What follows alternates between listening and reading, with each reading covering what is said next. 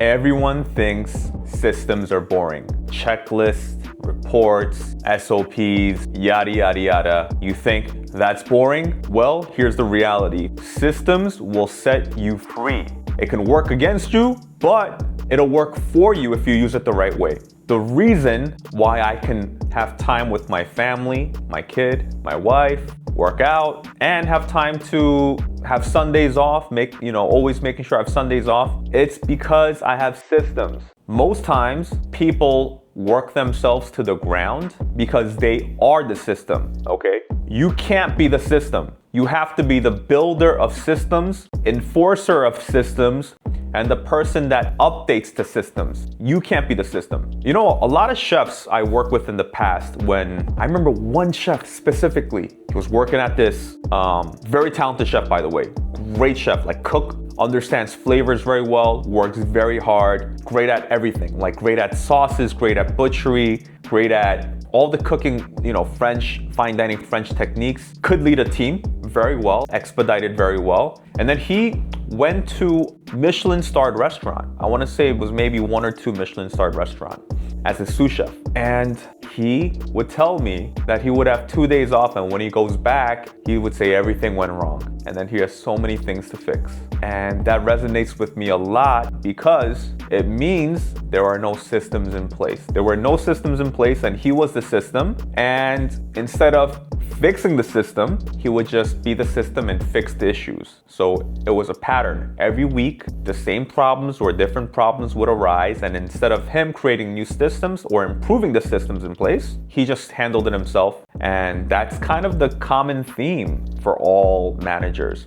How often do you say to yourself, or hear people say, it's easier if I just do it myself? Such a common thing to say. Or you hear people say, I wish I could just make a clone of myself, right? Well, here's the reality. You can't make a clone of yourself right then and there, but you could train someone, the systems you could build, and enforce that person to follow the systems you set, okay? So systems will set you free. It sounds very boring, but it's the truth. Systems will set you free. Most people think freedom comes from working less. It's not true. Freedom comes when you don't have to solve the same problem over and over again.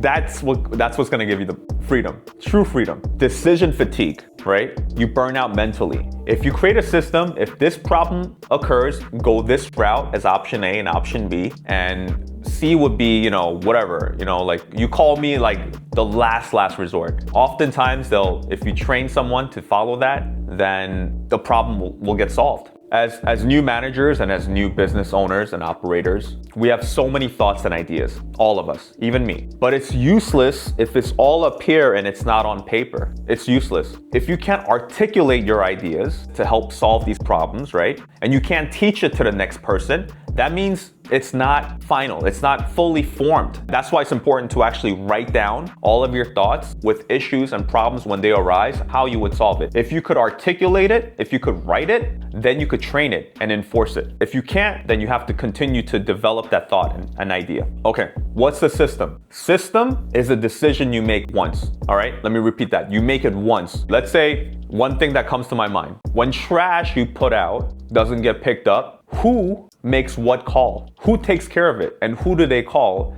And what are the next steps, right? For me, I don't want to get notified when a trash isn't picked up. For me to call the carting company, no, I'm not even at the restaurant at 9 a.m. in the morning. So the first person that walks in is our assistant kitchen manager, snaps a photo, he has an email for the carting company, sends an email, CCs me and the other managers, and lets them know, hey, trash wasn't picked up, and then they're gonna bring back the trash back to the backyard and put it out again for the following night. You get what I'm saying? That's the system. Training new hires, right, for different positions. You need a playbook. You need a system. Day 1, they shadow. Day 2, they're gonna learn to plate every dish. Day 3, they're gonna learn to prep all the stations. Day 4, they're gonna lead the stations, and the line cook or the junior sous training them is gonna ensure that they're doing things the right way. And day 6 or day 7, they're live. So this is what I'm talking about. Everyone should be trained in the same kind of way, same kind of system.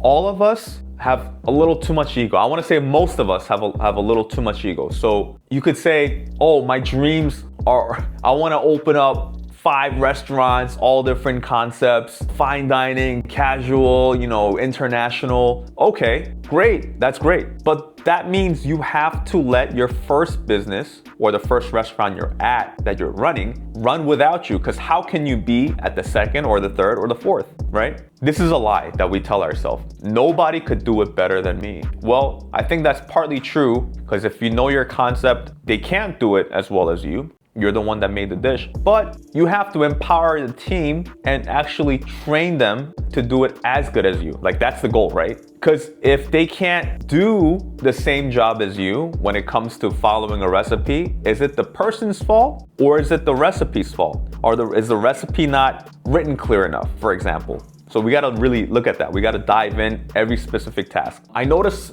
this is a big challenge, an issue with creative people, because creative people don't like structure. They don't like being rigid. They like to be free and they like to just work at their own pace, do something different off the rip, like, every day something different. Living like that has its pros as well. It's fun, it's liberating, but it also really holds you back, especially if you're a business owner. So you would think, right? If you're that creative person, I know listening to this is probably like, it might hurt a little bit. In your mind, you might be like, I disagree with what he's saying. It sounds boring. System sounds boring. It sounds rigid, but they make you available. So it gives you time so that you can actually use your time that you have to do all the creative things you want to do outside of work. Some of you really needed to hear this. I know some of you really needed to hear this, and I was one of those people, because I wanted to open one restaurant. When I opened my first restaurant, No One, in East Village back in November 2019, I achieved my ultimate dream of being a chef and restaurant owner. I was in the kitchen every day. I was working, receiving, prepping, touching tables, like doing everything, like fixing stuff, like putting nails in, tightening chairs. I was doing everything and I was so tired. And I was thinking to myself, man, how do I do this and have the energy to continue on? Like, how? Like, I can't do it all. I'm only one person. So I needed to follow the advice that I got from my mentors. Hey, delegate it out. Delegate it. Oh my goodness. You know how hard that was to do in the beginning? But now I can do it a lot easier because I know that it's needed. I have to empower my team, give my certain key members more responsibilities because they can do more and they want to do more. Nobody wants to see you being overworked to death and say, wow, he's a great guy. No, they want to see you flourish, take your business to greater heights, create new opportunities, promote people from within, open up a second location. That's what people want to see you do. Before, I used to respect chefs that were like in the kitchen, or chef owners, right? Like cooking all the time. I'm like, that's a real chef and owner. Now, when I look at chefs that can run multiple businesses, still have a lot of energy, that has a great team, different concepts, and it's like fresh. And when I see that, I say to myself, wow, that's a great chef and restaurateur and leader. Don't get me wrong, working hard and doing everything yourself is part of growth. You have to do that in the beginning. Like when I started this YouTube channel, like I created the banner, my profile pic, like wrote my description, edited my videos. I still shoot my videos. I still edit here and there, but that's part of it. You have to do that in the beginning until it's time to start delegating some tasks off. So this is my challenge to you. What can you systemize? And if this overwhelms you, start small. Listen, there's stuff that I still have to systemize because as a growing business, new things will come up. You have new managers, new team members, beyond managers, new locations. Things are gonna come up. You're never gonna have it perfect, but it's your job as a leader, as an operator, to make sure to continue to build and improve those systems as they come up. So let me ask you again, if it overwhelms you, that's okay. What things are you willing to systemize starting today? And if it overwhelms you, that's okay. Start small. One small thing. And most of you are creative people. We're all creative people, actually. So you're having all these thoughts in your head. How do you know what things you should systemize? Look back at your texts, your phone calls, and see what your staff called you about, what your vendor called you about. And from your staff, you have emails or texts. See what they're emailing you about or texting you about. Those are the things you got to systemize, all right? So don't be the system, be the builder of systems, and it's going to free up a lot of your time, and you can thank me later. Peace and blessings, y'all.